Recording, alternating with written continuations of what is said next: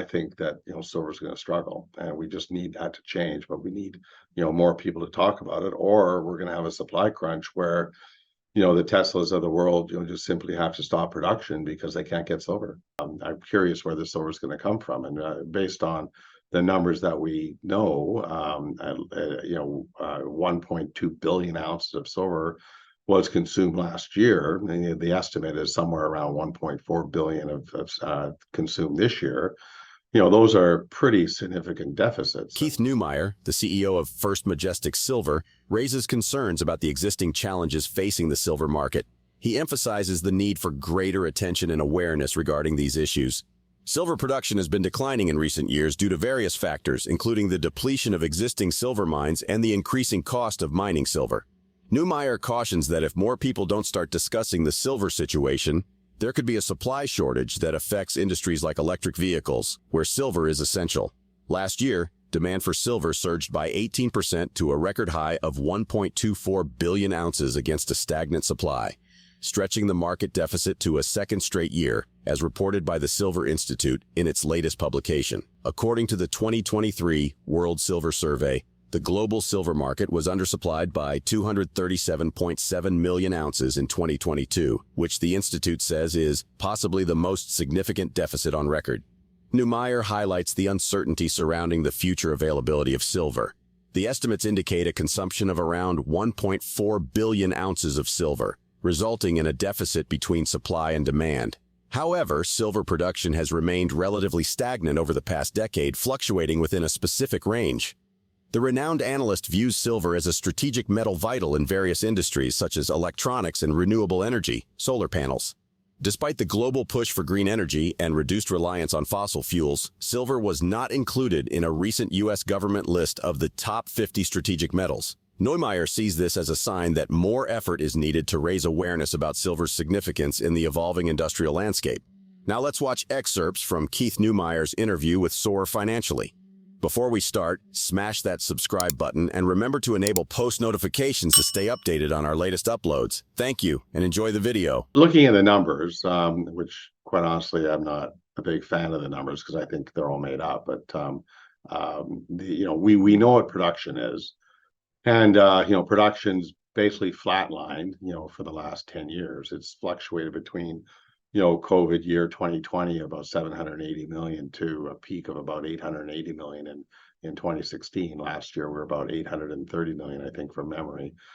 So, call it 800 to 850 million ounces of silver that the mining sector has produced, pretty well flatlined for the last decade. And that's, I don't see that increasing dramatically. Even if Escobal or comes back online, that's only 20 million ounces. And, what asset out there, what mine out there is going to add significant metal? I don't know of any big zinc mines or copper mines that are coming online, with any silver, no, even gold mines, the ones that are coming online in Ontario over the next couple of years, they don't have any silver. So, where the heck this silver is coming from, I have no clue, because I can't see it anywhere. We've got the big hoards in the ETS, but outside of that, of course, there's the governments. The Russians probably own some silver, and I remember a famous photograph of Putin holding a bar of gold in one of the vaults somewhere in Russia. And if you look closely at this photograph, on the back wall, there's all these pallets of silver. So, this is government-owned, silver. They don't tell you how much they own, but who knows? And I'm sure the Chinese or the Indians, they also own silver. So, whether they're supplying it to the market, no one knows. I'm quite critical of the Silver Institute, and First Majestic is not a member of the Silver Institute because of the fact I think they do an incredibly poor job in selling silver and selling what silver is. Silver is a strategic metal. I don't look at silver as a precious metal. I know it's precious, of course, and I'm not saying it's not precious. I just don't look at it.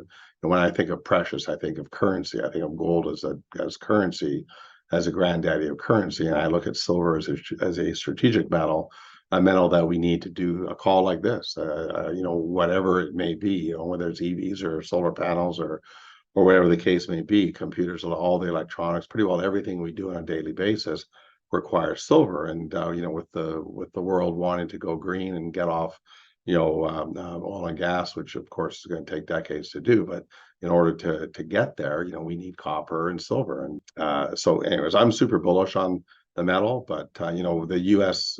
Government just came out with a list of the top 50 strategic metals. I think it was about 2 or 3 months ago. I'm not sure if you saw it, but silver was not on that list. And I said, well, WTF? Like, why would silver not be on that list? And there was metals on that list that I'd never even heard of. They're in the periodic table, of course, but metals that most people wouldn't even know what they are. So of course the Silver Institute saw that, and it's embarrassing for them that the silver didn't show up on this critical list, because it should be there. And as long as there's not a view, as long as people on the street that continually look at silver as a poor man's gold. Neumeyer highlights a significant factor influencing silver's price: the paper market's dominance. He explains that the trading of silver in the paper market is substantial, with approximately 1 billion ounces traded daily. In comparison, the mining sector produces around 850 million ounces annually. This disconnection between paper trading and actual physical production has led to a situation where investors can purchase huge amounts of silver in the paper market without causing a significant shift in price. Neumeyer believes that it would benefit the mining sector to create a new way of determining the price of silver. This new method should be distinct from the current system relying heavily on paper-based transactions. According to Neumeyer, if more mining companies deliberately shift away from participating in the paper market, the banks currently holding significant control over the silver supply might lose some of their influence. By reducing the reliance on paper-based trading and taking steps towards a more direct and tangible pricing mechanism, the silver market could become more balanced and less susceptible to the control of a few powerful entities. Let's get back to the interview. The price action, it's at least in the mid-20s, and it's a decent number. We do okay at this price. We're not making scads of money, as some of the gold players are. The margins on gold right now are much better than the margins on silver. We're only mining 7 to 1. So for every 1 ounce of gold the miners are mining, we're only mining 7 ounces of silver, yet we're trading at something like 80 to 1, which makes no sense to me at all. But it just goes back to the fact that silver is a very paper driven price, very affected by paper. The silver paper market trades approximately 1 billion ounces a day. And you think about that for a second, because the mining sector produces 850 million ounces a year, and we're trading 1 billion a day in paper. So, if you as an investor, you have the money, assuming you want to go and buy 100 million ounces of silver, you might decide to go into the paper market to buy it. And you might not even move the price, because some bank just writes you the contract and say, here's your 100 million ounces or dollars, $100 million worth of silver.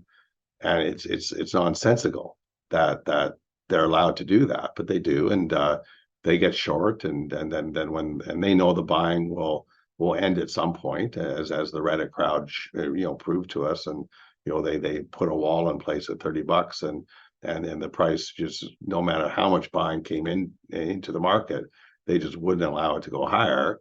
And then the second the buying stops, they start smashing the market down to get all these investors out of the market and buy all the paper back. And it's almost criminal in a way, but this is the way the market is. And I've been advocating for quite some time that the mining sector has to come up with a different pricing mechanism for the metal, and I'm trying my best by pushing our metal through mints and taking our metal off the banking system, but it's so easy. For the mining sector, it's a simple process. We produce our metal, we pick up the phone, and a trader takes it from us, and it goes into the banking system, and it goes into industry, and the mining company gets paid within 2 or 3 days of that metal leaving the gates of their mine, and it works out well. It puts a smile on everyone's face, but they're not thinking that, hey, there's a whole mechanism behind this that's affecting the price, because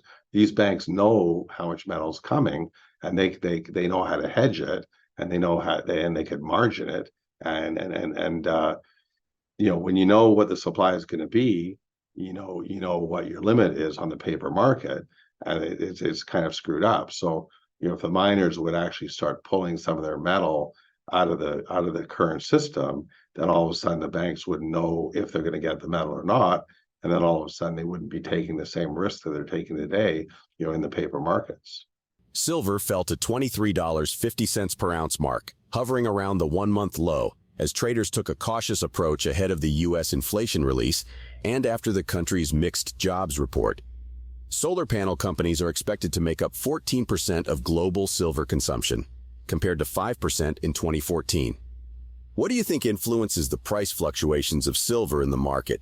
Please share your thoughts in the comments section below. If you found this video informative, remember to give it a thumbs up, subscribe to our channel, and enable notifications to stay informed about our latest videos on silver, gold, and copper. Thank you for watching, and we appreciate your support.